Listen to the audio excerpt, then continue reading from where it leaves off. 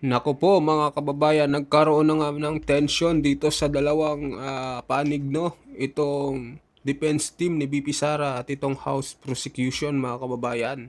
At pumalag na nga itong si Attorney Michael Powa, mga kababayan. Dahil nga po, sinasabi daw po ng kabilang grupo na nagme-mirroring daw itong defense team ni BP Sara. At hindi nga to nagustuhan ni Attorney Michael Pua, mga kababayan, at pumalag na nga ito sa grupo ni Liwestro, mga kababayan. So pakinggan nyo po itong pahayag ni Attorney Pua, mga kababayan. So talagang matindi, no, yung nangyayari ngayon. Hindi lang nila kaya itong grupo ni BP Sara. Gumagawa ng alibay itong House Prosecution Team para ilabas yung mga depensa nila BP Sara, no? Gusto nila na maglabas din daw, mga kababayan. Ganon sila ka desperado. Kaya pakinggan nyo itong pahayag ni Attorney Michael Pua, mga kababayan. Po nila ay sa kanila at ang documents namin ay sa amin. So sa amin, because we're just being very careful then with the way we do things. This is really the way we do things naman. We want our own documents to be marked kahit na similar yung documents. Sa tingin ko po, sa aming pananaw, hindi naman po tama yung terminology na mirroring or adopting because as you know, and you were here that day, halos sabay po kaming nag-submit ng pre-trial brief. Morning, ma'am. Morning. Good morning. Morning, ma'am Laila. Good morning. Si Junel. Ayan, si Junel. Went well, except that marami talaga tayong dokumento, no, that need to be marked because that is the requirement of the rule in this pre-trial conference.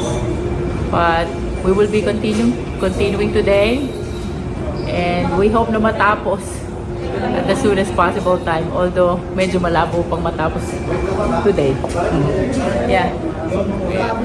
Balibalita din, mga kababayan, humihingi pa ng 90 days sa tayo, mga kababayan, or 60 days. No, itong House Prosecution. Kala ko handa na itong mga to. Ba't nanghihingi pa ng 60 days, mga kababayan? Mamaya panoorin ko sa inyo yung kung paano sila batikusin ng isang netizen dahil nga dito sa kanilang pahayag na humihingi ng 60 days. 60 days ba yun, mga kababayan? Basta mamaya papanoorin ko sa inyo. Dapat handa na sila. Ba't ganon? Parang hindi sila handa, naghihingi pa sila ng ilang araw pa. Tapos ang tagal nun, mga kababayan. Talaga ng Thursday? Well, let's wait and see, no? It's because it needs to be checked by the defense, every piece of evidence, before we are able to mark. And for documents evidencing payments alone, it's thousands. So natatagalan po, not because of arguments, but because of The process of marking. volume din po. Yes, it needs to be compared. Initially, we asked that if it is possible, one marking for common exhibits. But the defense denied that. No, kasi as has been previously shared to the media, maraming exhibits ang prosecution na adopted ng defense. So, we requested na marking of common exhibits, meaning isang exhibit, doon na magmamark parehas. But it was denied by the other party. So, what's gonna happen is separate marking yung sa prosecution, separate marking yung sa defense, even if they pertain to the same document. Ma'am, regarding witnesses, meron bang witnesses ang prosecution na inalmahan na ng defense? May ganun? Wala namang ganon kasi about the list of witnesses, submission lang naman yung nangyari. So we submitted our list, they submitted their list as well. Although as previously pronounced also, marami ding witnesses ng prosecution na listed also in the list of witnesses of the defense. Ma'am, smooth naman kahapon, wala namang tensions between the prosecution and the defense. As far as I know, smooth naman. Okay? Pagka-tension nga daw. Kasi sabi ko kahapon, umabot po ito ng Thursday.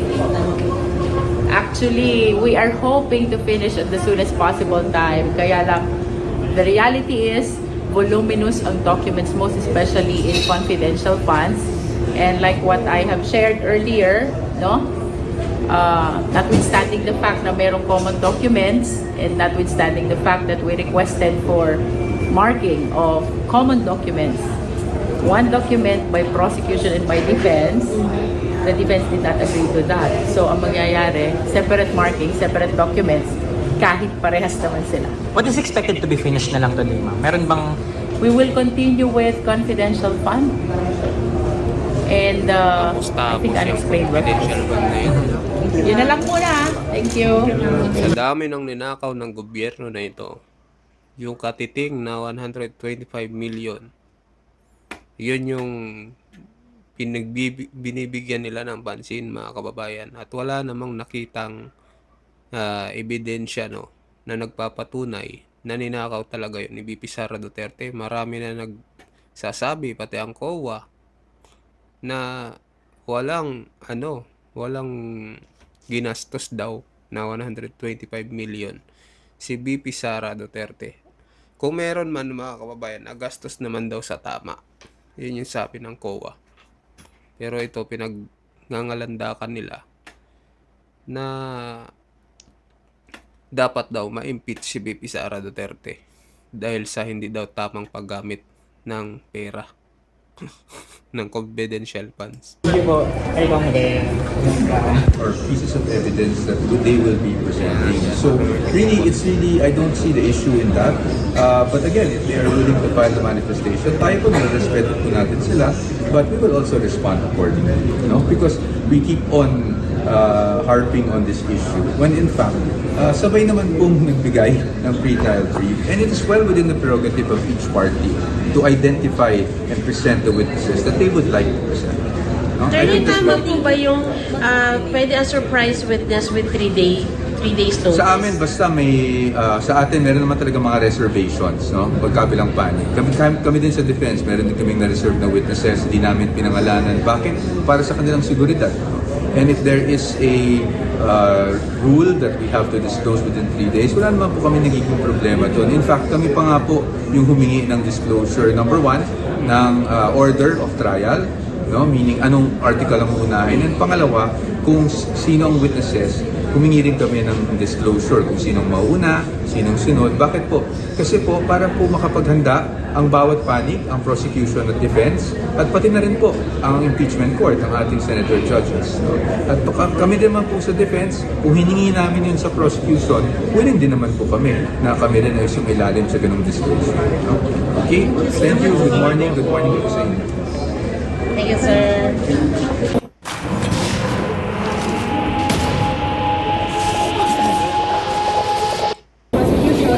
The defense is adopting common markings but you opposed them. Yes, because ang documents naman po nila ay sa kanila at ang documents namin ay sa amin. So sa amin, because we're just being very careful then with the way we do things. This is really the way we do things naman. We want our own documents to be marked, kahit na similar yung documents. Ito rin po kasi yung mga dokumento na gagamitin natin during the course of the trial. So, yun naman po ay napag-usapan na at naintindihan naman ng bawat party kung ano yun. Ano yung reaction daw po dun sa request ng impeachment ng prosecutor's impeachment court compel the defense to specify bakit niyo po lista rin yung mga witnesses ng prosecution? Unang-una sa lahat, wala po sa tingin ko po, sa aming pananaw, hindi naman po tama yung terminology na mirroring or adopting because as you know, and you were here that day, halos sabay po kaming nag-submit ng pre-trial brief. Nasa bawat panig naman po yun kung sinong witnesses at anong mga dokumento ang iprepresenta. Ngayon, pagdating doon, if they file such a request, motion, manifestation, the defense is ready to respond accordingly. Salamat po. Thank you po, Attorney. Crucial po itong phase na to para sa, Ano yung nangyari? Wait lang, guys.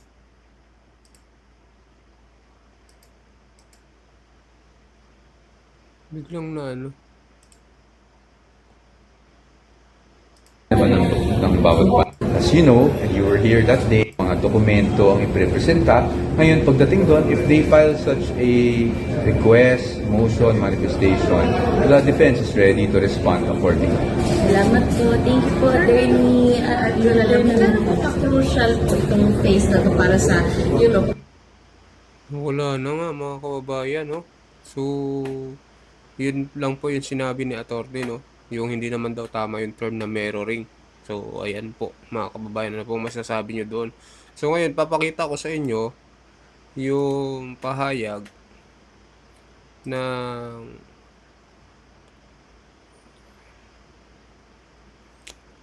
saan na yun? Ito guys. Ito, panoorin nyo. Mga kababayan, nakakatawa. Oh, House Representative, ano nangyari sa inyo? Ano nangyari? Oh, Luistro, ano nangyari sa inyo? Akala ko ba ready na yung mga ebidensya ninyo? Okay, mga kababayan. Ayan, 62 days pala ang hinihingi para mangalap pa ng ebidensya. But 62 days?